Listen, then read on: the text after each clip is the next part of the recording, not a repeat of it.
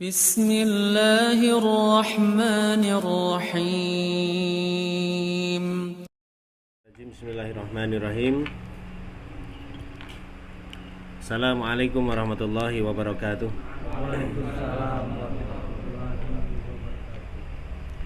Alhamdulillahilladzi arsala rasulahu bil huda wa dinil haq liyudhhirahu ala dini kullihi wa kafa billahi syahida.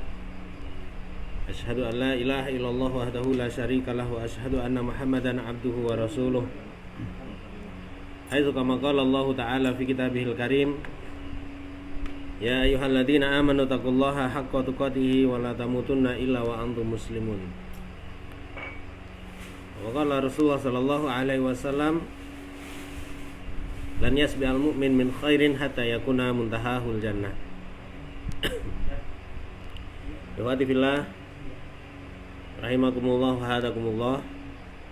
Puji syukur alhamdulillah, malam hari ini kita kembali berjumpa, bermuajahah dalam keadaan lapang, dalam keadaan tidak ada satu halangan yang berarti sehingga menunda kegiatan rutinitas kita dalam sepekan ini, yaitu majelis taklim yang baginda Nabi Shallallahu Alaihi Wasallam menyebut sebagai Raudhu min Riyadil Jannah, taman di antara taman-taman surga.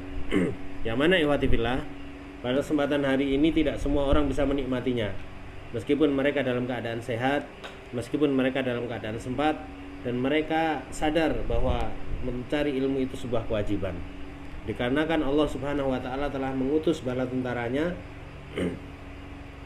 yang besarnya sekian ratus ribu nano, artinya tidak kasat mata, bahkan tidak sembarang kaca pembesar pun bisa melihat mereka.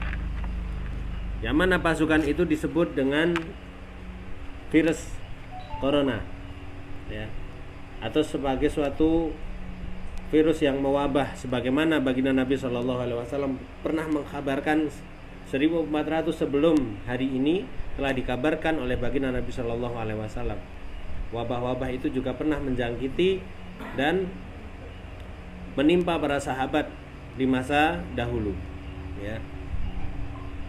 Maka ikhwati fillah, sebuah keuntungan bagi kita hari ini dalam ghirah ini, kita masih bisa merasakannya. Karena apa? Di tempat kita belum menjadi satu status siaga, ya. Di tempat kita belum ditetapkan sebagai status yang wajib isolasi. Masih ada kesempatan kita untuk berinteraksi dengan orang lain, masih ada kesempatan kita untuk berbelanja ke pasar, masih ada kesempatan kita untuk menghadiri majelis ilmu ataupun sholat berjamaah di masjid. Sedangkan di tempat-tempat lain seperti di Jakarta, seperti di Solo dan sebagainya, selain sekolah-sekolah sudah diliburkan, masjid-masjid juga mulai sepi, ya. Tempat-tempat perbelanjaan pun sudah sebagaimana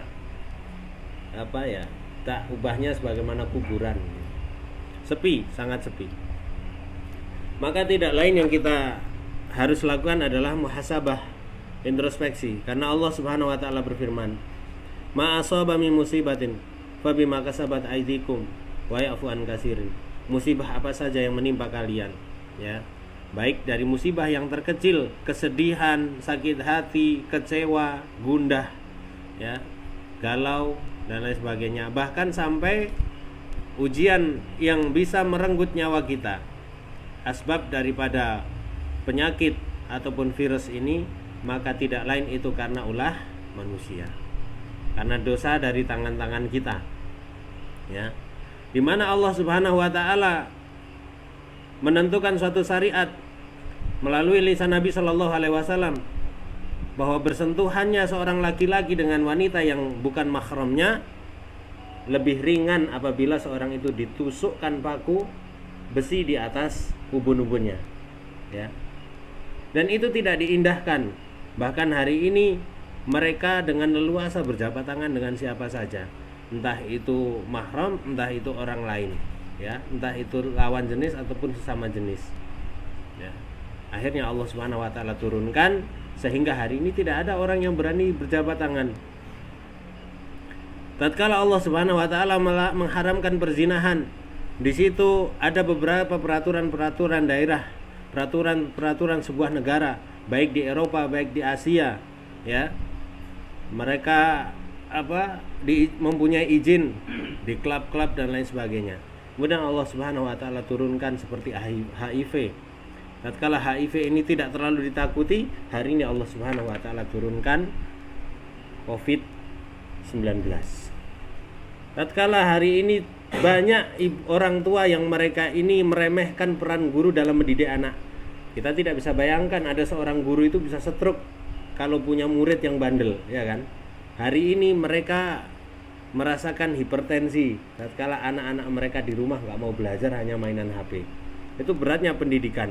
Yang harusnya pendidikan itu dipegang atau diprakarsai oleh orang tua, diserahkan sepenuhnya kepada guru. Padahal guru hanya sebagai jembatan, ya. Namun tarbiyah utama adalah orang tua. Ya, al-ummahatu madrasatul aulad. Ibu itu tempat atau madrasahnya bagi para anak, ya. Jadi bukan guru yang diwajibkan oleh Allah Subhanahu wa taala. Sampai seperti ini. Hikmah kenapa Allah Subhanahu wa taala turunkan bala berupa virus yang mewabah ini adalah kemudian kita bisa bermuhasabah betapa dosa-dosa kita yang sangat banyak, sehingga hari ini kita merasa takut yang sangat luar biasa, ya. Maka ikhwati fillah rahimakumullah, semoga dengan adanya ujian ini kita semakin istiqomah, semakin serius menjadi fitrah kita, yaitu seorang hamba yang mengabdikan seluruh kehidupan kita kepada Allah Subhanahu wa taala. Di mana Allah Subhanahu wa taala berfirman, "Wa ma khalaqtul jinna wal insa illa liya'buduni." Tidaklah aku ciptakan jin dan manusia kecuali hanya untuk beribadah kepada Allah, kepada Allah. Ya, jadi yang namanya peribadatan itu suatu yang dicintai oleh Allah Subhanahu wa taala. Ismun jami'un likulli ma yuhibbullahu wa yardahu min qaulin aw fi'lin dhahiratan wal batinah. Segala sesuatu yang mendatangkan ridha Allah, kecintaan Allah. Min qaulin, perkataan, aw fi'lin, perbuatan. Dhahiratan, yang kita nampakkan tapi bukan niat untuk pamer, ya. Wal batinah, ataupun di dalam hati. Niat baik itu saja sudah ibadah di sisi Allah. Manakala niatnya itu baik, niatnya mendatangkan kecintaan Allah Subhanahu wa taala. Perbuatannya baik tapi niatnya tidak baik, maka ini tidak dicintai oleh Allah Subhanahu wa taala, maka bukan kategori ibadah, ya. Seperti itu. Insyaallah nanti kita akan ulas, ya. Yang kedua, salawat beserta salam semoga tetap tercurah atas junjungan kita Nabi Allah Muhammad sallallahu alaihi wasallam, yang telah mewariskan kepada kita suatu nikmat yang luar biasa, yaitu wasilah hidayah.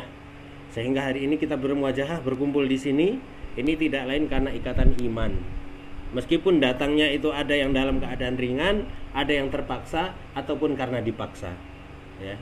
Ini tidak lain karena adanya iman dalam hati kita, ya. Terpaksa pun dia sudah mau datang, dipaksa pun dia sudah mau datang, dan pahala kita sesuai dengan beratnya ujian. Ada orang yang berangkat enteng-enteng saja, dia dapat 10 kebaikan sebagai contoh. Tapi ada orang itu mau berangkat, kakinya beratnya luar biasa, digondeli anak-anaknya, ya jangan berangkat. Akhirnya dia bisa berangkat melalui ujian-ujian itu tadi, maka pahalanya ditinggikan oleh Allah Subhanahu wa taala. Ada yang malesnya luar biasa, tapi pada akhirnya dia berangkat juga, maka pahalanya juga lebih besar, ya. Seperti itu. Inna min azmil jazai ma'idhamil bala'i. Sesungguhnya besarnya pahala di sisi Allah itu sesuai dengan beratnya ujian. Maka orang yang berwudu di pagi hari untuk melakukan sholat tahajud qiyamul lail, ada yang wudunya itu airnya terasa hangat, tapi coba kawan-kawan kita yang berada di Kepayang sana itu, yang ada di Curup sana itu, di tempat-tempat sayuran yang tempatnya dingin, mereka mau wudu mengkeret, ya, kena dingin aja, habis pipis saja mereka mengkeret, ya, karena dingin. Itu pahalanya berbeda, ya, beda seperti kita yang berada di tempat yang panas ini. Maka ikhwati fillah rahimakumullah, itu yang perlu kita syukuri, ya. Dan bentuk syukur itu adalah mengaplikasikan pemberian Allah yang ada pada diri kita, nikmat yang hari ini kita yang hari ini kita nikmati ini diaplikasikan untuk mendatangkan keridhaan Allah Subhanahu wa taala. Diberi kesehatan ya untuk beribadah, diberikan harta ya untuk beribadah, mendekatkan diri kepada Allah, diberikan akal sehat ya untuk memikirkan bagaimana cara beribadah kepada Allah, bagaimana agar pekerjaan kita menjadi pekerjaan yang dicintai oleh Allah. Ya, seorang pekerja yang amanah itu ibadah, karena amanah ini adalah perintah Allah Subhanahu wa taala. Ya. Seorang yang kemudian berdagang dan dia jujur, maka pekerjaannya sebagai seorang pedagang dan dia jujur adalah sebuah ibadah, karena jujur adalah perintah Allah Subhanahu wa taala. Jamaah rahimakumullah. Pada kesempatan malam hari ini saya akan sedikit menyampaikan tentang kitab Aina Nahnu min Akhlaqis Salaf. Di mana posisi kita di antara akhlak-akhlak para salaf. Yang pertama akan saya bahas adalah perkara khosyah ataupun rasa takut kita kepada Allah Subhanahu wa taala. Kemarin sudah kita bahas ya. Sesungguhnya orang-orang yang takut kepadaku adalah para ulama. Gimana itu ayatnya yang bersifat?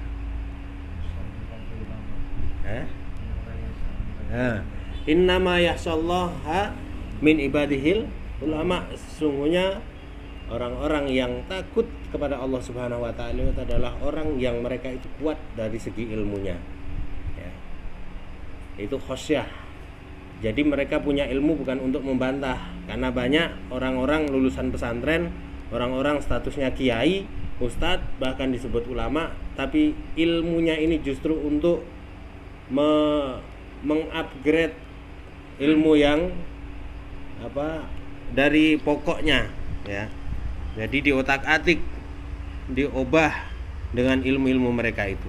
Mereka dalil mereka untuk membenarkan perbuatan mereka, yang mana sesungguhnya perbuatan mereka itu salah. Watifillah. Dari kalangan sahabat, dalam sebuah hadis yang diriwayatkan oleh Tabrani, dan hadis ini dari Abdullah bin Dinar berkata, waktu itu Abdullah bin Dinar, beliau bersama Abdullah bin Umar melakukan satu perjalanan, ya, dan dalam perjalanan tersebut mereka berhenti sejenak. Tatkala mereka berhenti, tiba-tiba ada seorang anak penggembala, ya. Jadi gembala itu adalah seorang budak yang menggembalakan kambing milik tuanya dalam jumlah yang sangat banyak. Kemudian Ibnu Umar bertanya kepadanya, apakah kamu penggembalanya? Ya Tuhan, saya penggembalanya. Maukah kamu jual salah satu gembalaanmu ini kepadaku? Ya. Tapi ini bukan kambing saya, gitu kan?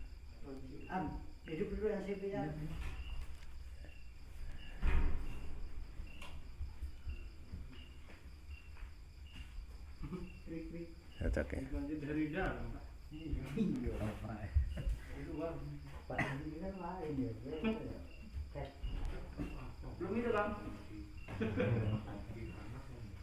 Oke, kita lanjutkan ya.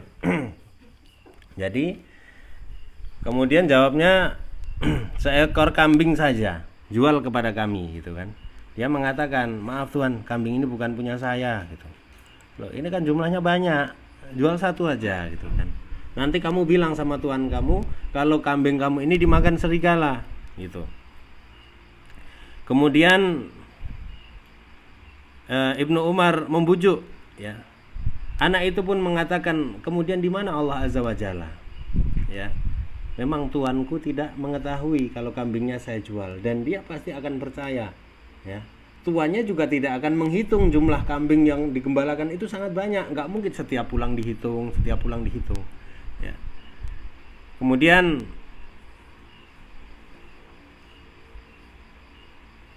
yang dimaksud Allah Azza wa Jalla, kemudian Ibnu Umar pun menangis sejadi-jadinya, ya. Dan dibelinya hamba sahaya tadi dan dimerdekakan oleh Abdullah bin Umar, ya. Jadi tatkala Abdullah bin Umar bertemu dengan seorang penggembala, dia menguji kejujuran seorang penggembala tersebut, jual kepadaku, ya. Dan dari kejujuran seorang hamba sahaya tadi, seorang penggembala kambing tadi, karena dia tidak mau mengkhianati tuannya, padahal tuannya pun tidak akan tahu, tuannya juga pasti percaya saja, namun dia merasa diawasi oleh Allah Subhanahu wa taala. Meskipun tuannya tidak mengetahui, Allah Maha mengetahui. Maka kemudian ini menjadi sebab dia dimerdekakan dari perbudakan. Yang mana budak itu harganya mahal, ya. Budak itu sangat mahal. Maka ikhwati fillah rahimakumullah, inilah satu pelajaran dari Abdullah bin Umar.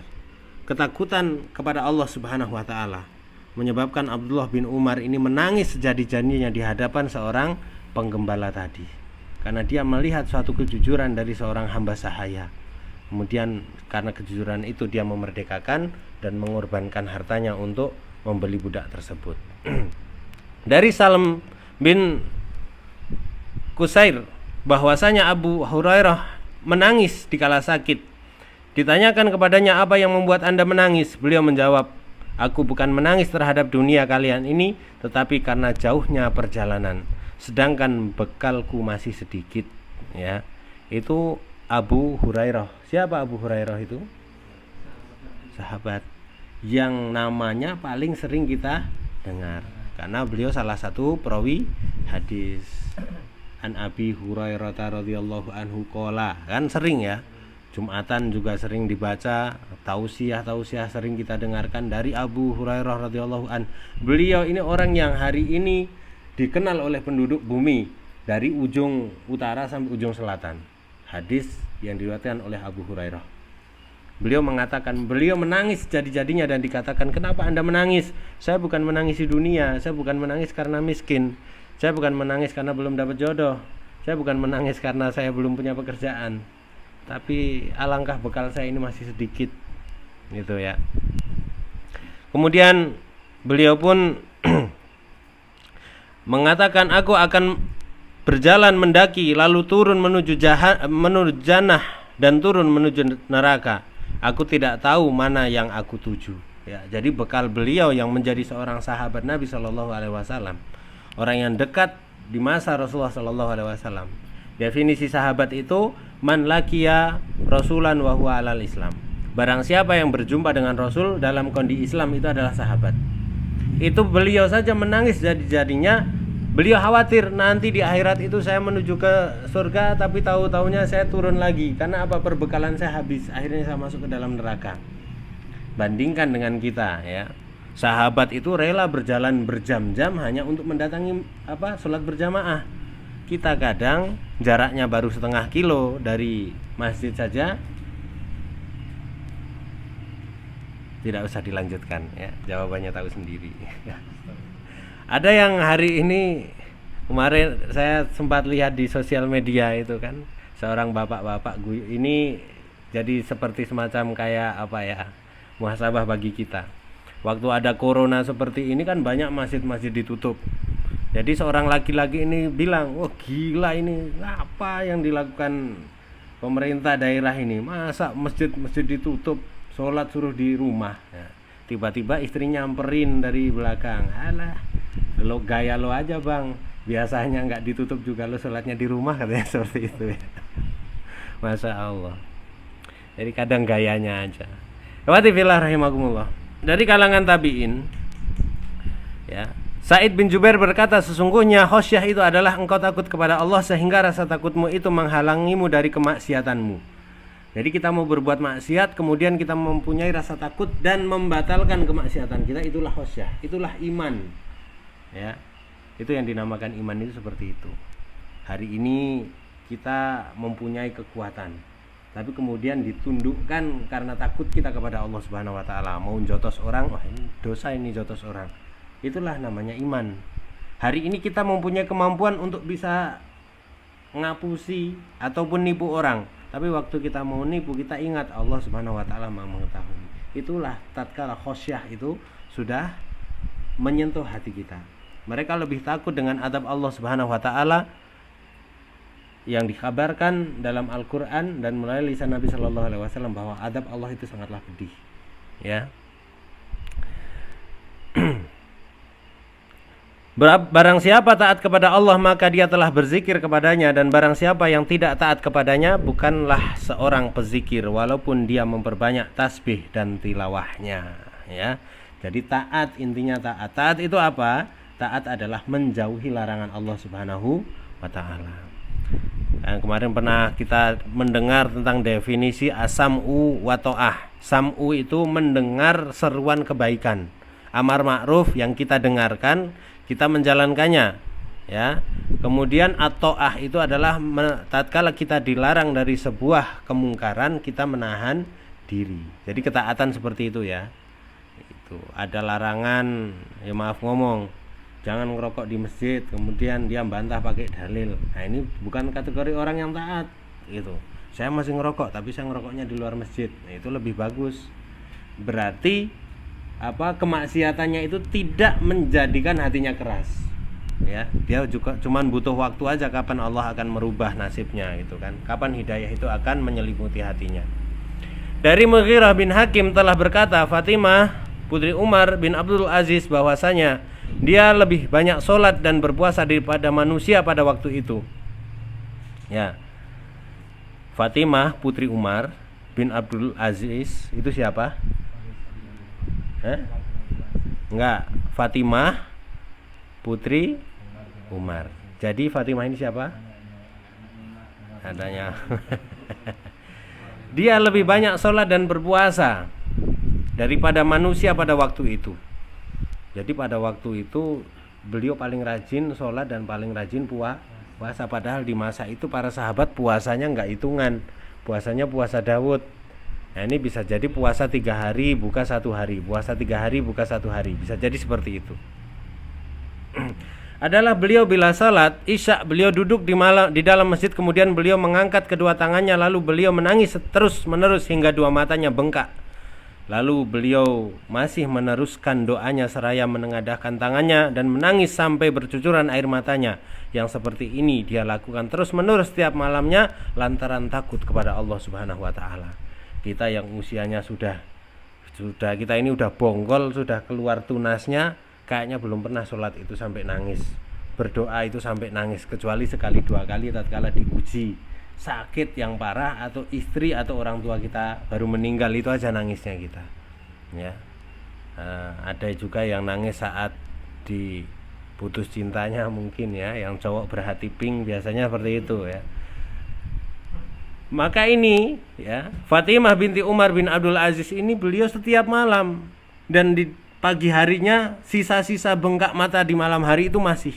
Maka matanya itu, ya, agak menghitam di tepi-tepinya karena setiap malam menangis, setiap malam. Bayangkan, kita sekarang bisa berdoa menangis saja syukurnya luar biasa, besok sudah gelak-gelak, nggak tentu arah, ya kan, udah nggak karuan, udah lupa sama tangisan kita. Kapan kita menangis? Nah, posisi ini yang harus kita cari. Kapan kita menangis?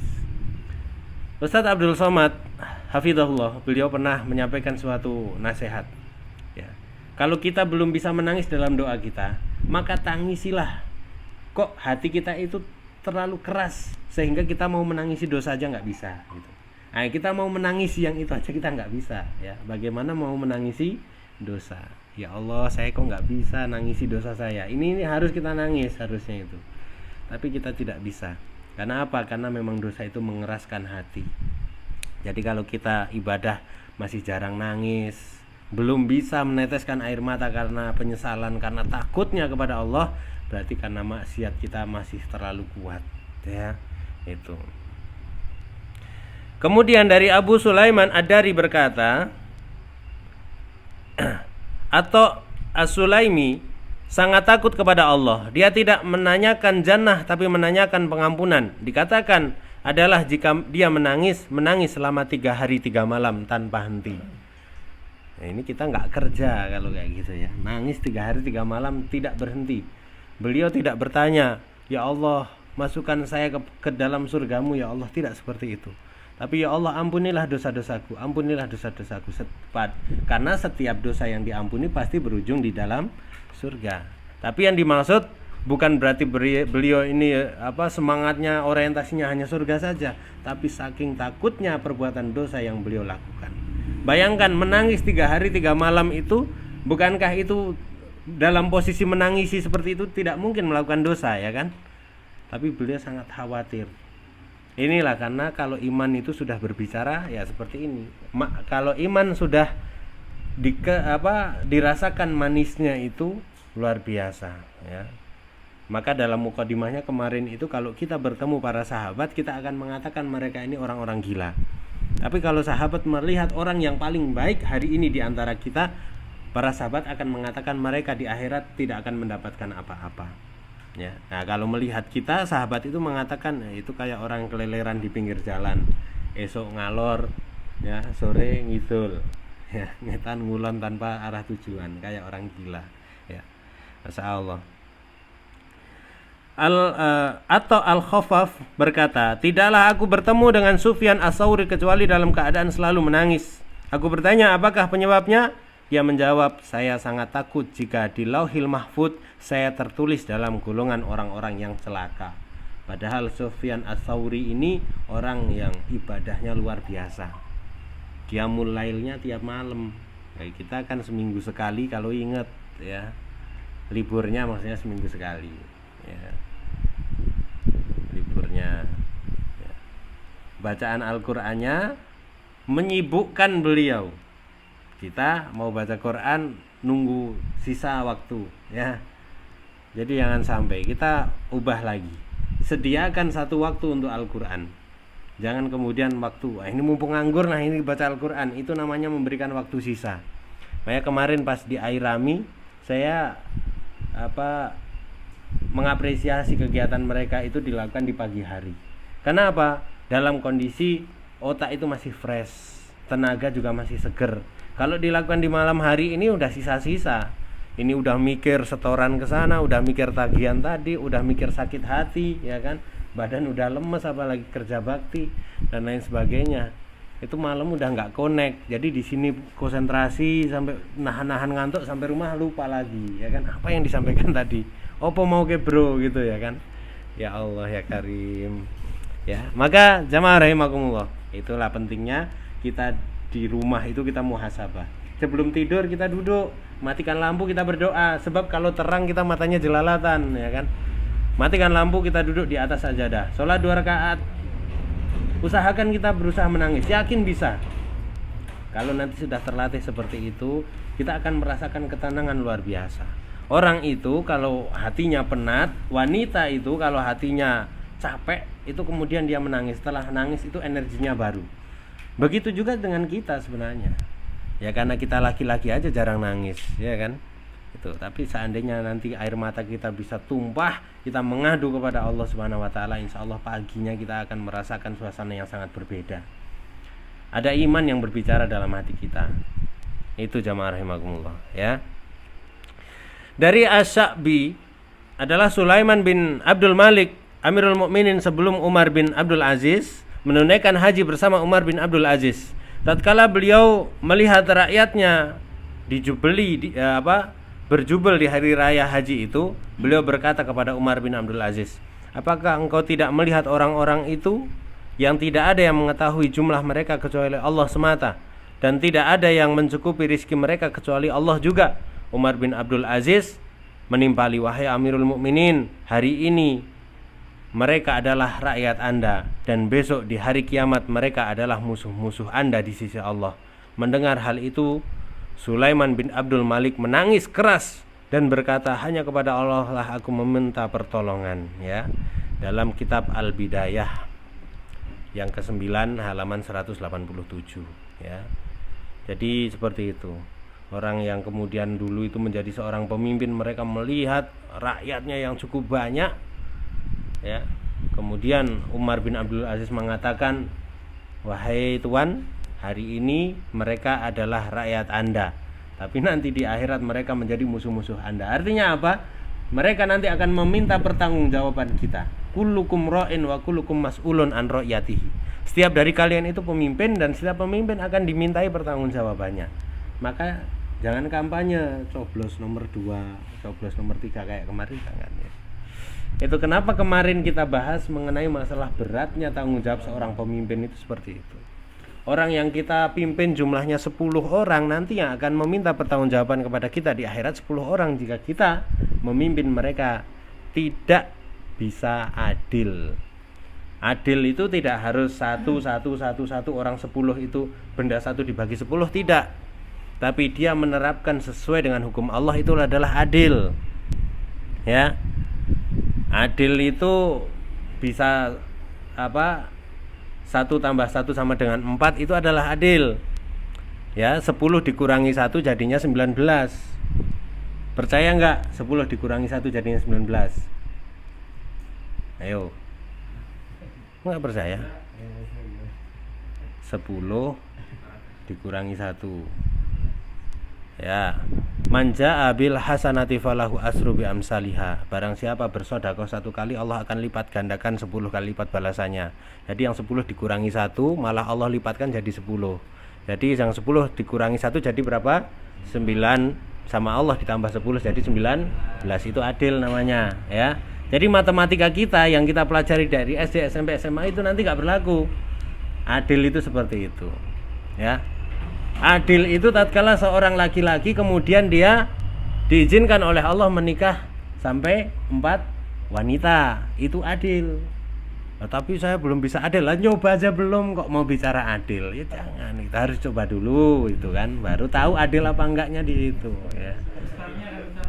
Ya, cocok ini baru browsing ini baru browsing ini. Wah, jangan. Ini udah dimati. Adil itu di situ. Jadi setiap ketentuan Allah itu seperti itu. Saya punya seorang ustadz namanya Ustadz Said Sungkar. Beliau keturunan Arab, beliau orang Pekalongan. Jadi beliau sudah nikah itu 18 kali. Beliau sudah keliling dunia.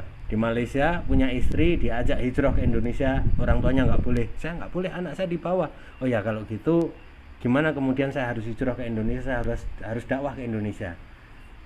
Apakah mau ikut atau saya tinggalkan? Sebab kalau saya tinggal di sini saya nggak jadi dakwah gitu kan. Kayaknya ditinggalkan. Dapat lagi yang baru. Ada yang meninggal, dapat lagi yang baru sampai 18. Masya Allah ya. Tapi tetap 4 porsinya. Yang terakhir itu cuma 2, ya kan. Itu ada yang meninggal karena beliau sudah sepuh juga usianya, ya. Tapi yang dinikahi ya bukan yang gadis-gadis, banyaknya yang janda-janda, ya. Itu. Nanti ada pembahasan tersendiri keutamaan menikahi janda. Ini jadi motivasi nanti ya. Itu. Oh, masaan.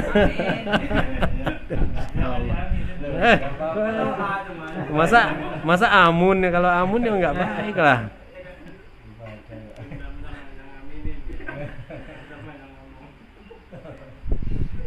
Itu ya. Jadi ikhwati fillah rahimakumullah, kalau membahas masalah itu jadi anget suasananya ya. Ini masih di kalangan sahabat ya. Qais bin Muhammad berkata, setiap sore Ad-Duha menangis. Maka dia ditanya tentang hal itu, kenapa engkau menangis wahai Ad-Duha? Ya. Aku enggak tahu apakah di antara amal-amalku hari ini ada yang diterima oleh Allah Subhanahu wa taala. Apakah dari pagi aku salat subuh, salat syuruk, salat duha, ya, kemudian qailulah, salat qabliyah, syukrul wudu, salat ba'diyah, salat wajib dan seterusnya, puasanya ada yang diterima oleh Allah Subhanahu wa taala. Maka Ad-Duha ini menangis ya, di malam harinya. Apakah ada yang diterima amal-amalku ini ya gitu. Pesimis mereka terhadap urusan akhirat ya. Tapi optimis mereka terhadap perkara dunia. Dunia itu sudah ditentukan oleh Allah Subhanahu wa taala 50.000 tahun sebelum penciptaan langit dan bumi. Bukan sebelum kelahiran kita, sebelum penciptaan langit dan bumi. Penciptaan langit dan bumi itu saya pernah mendengar suatu tausiah ya. Itu hari ini mencapai 3.000 tahun. Sekitar itulah 4.000 atau 3.000 tahun. Jadi 54.000 tahun ya. Masya Allah. Karena usia Nabi di zaman dulu itu juga usianya sangat panjang-panjang ya. Itu sudah ditentukan. As-saqiyu au sa'idu, bahagia dan susahnya kita juga sudah ditentukan, ya. Maka barang siapa yang berbahagia dengan iman, orang-orang yang beruntung. Barang siapa yang kebahagiaannya hanya dengan dunia, maka di akhirat dia nanti tidak akan mendapatkan kebahagiaan yang tersisa, ya. Sebab dunia ini, kata baginda Nabi Shallallahu Alaihi Wasallam, kenikmatan dunia itu ibarat seorang yang mencelupkan jarum ke laut, dan tatkala diangkat yang tersisa di jarum itulah kenikmatan yang hari ini kita nikmati. Orang kaya raya mempunyai satu lembah emas, Freeport itu dimiliki pribadi, itu pun hanya sebatas air yang menempel di jarum. Maka baginda Nabi Shallallahu Alaihi Wasallam mengatakan, kalian yang tidak mendapatkannya jangan khawatir karena hanya seujung jarum, ya. Kalian yang mendapatkannya juga jangan terlalu bangga karena yang kalian miliki hanya seujung jarum, ya. Maka wa ma hayatul dunya illa mataun qalil, tidaklah kehidupan dunia itu kecuali perhiasan yang sangat sedikit. Dalam ayat lain disebutkan wa ma hayatud dunya illa mataul ghurur, perhiasan yang menipu. Maka ikhwati fillah rahimakumullah, jangan kita kemudian digalaukan dengan perkara dunia ini. Tapi mulai hari ini karena kita sudah paham, kita sudah ngaji, bedakan pengajian kita dengan orang lain. Bedakan bahwa orang ngaji itu mereka lebih paham tentang menata hati, ya. Tatkala hari ini kita berbuat baik, ada orang yang nggak suka sama kita. Mungkin dulu tatkala kita belum sering berbuat baik, kita suka membenci orang yang berbuat baik. Maka ini Allah kemudian memberikan, ini loh kamu mau merasakan. Yang dulu melihat orang jilbaban gede risih, hari ini istri kita jilbaban gede dicibir orang lain, wajar. Karena Allah ingin memberikan pelajaran, kita merasakan sebagaimana orang yang dulu kita cibir. Jadi gitu ya. Hari ini kita beramal soleh kok banyak orang cerewet, itu wajar. Dulu mungkin kita cerewet. Dan memang sebuah kebaikan itu pasti akan diuji. Kalau hari ini kita kehilangan uang, umpamanya saya, mungkin dulu karena waktu kecil saya sering nyolong uang. Kalau masuk kantin makan gorengan 4 ngakunya 1, ya kan? Jadi wajar Allah uji dengan perkara seperti itu. Ya. Ya, Masya Allah.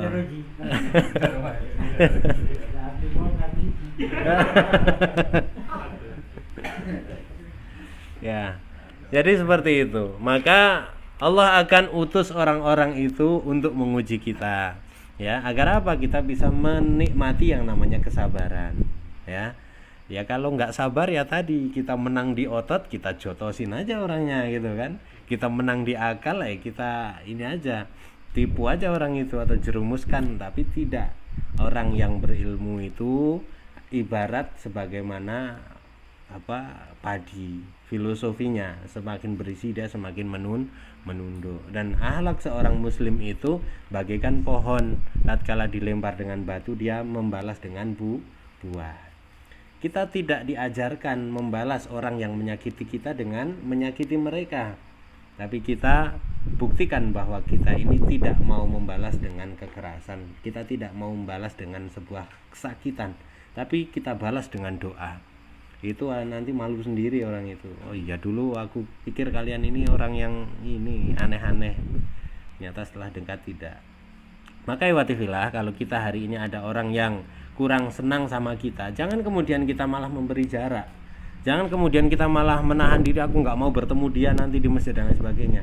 Justru waktu itulah kita buktikan, ya, waktu itu kita buktikan, kita dekatkan diri kita kepada umat, ya, melalui lisan-lisan mereka, melalui mata-mata mereka, kita itu nanti akan dilihat. I'malu fasayarallah wa rasulahu walladzina amanu.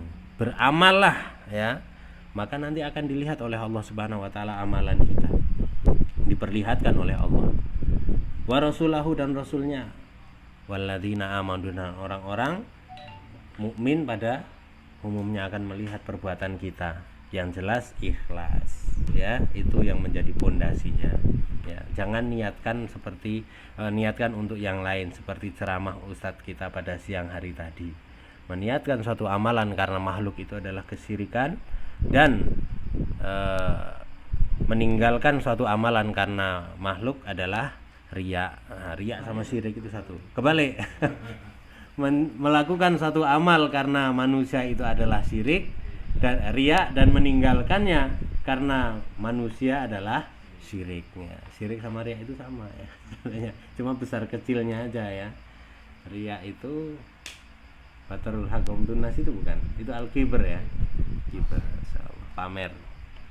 Jangan suka pamer ya. Maka nanti kalau ada orang bilang jangan suka pamer, nanti satu anak yatim jangan di masjid, lewat belakang masjid ya kan. Gitu. Nunjuk-nunjuk nantang ini ya. Wa ta'ala rahimakumullah, ini sudah 40 menit ya. Semoga yang menjadi pembahasan kita pada malam hari ini nanti akan menumbuhkan keimanan kita.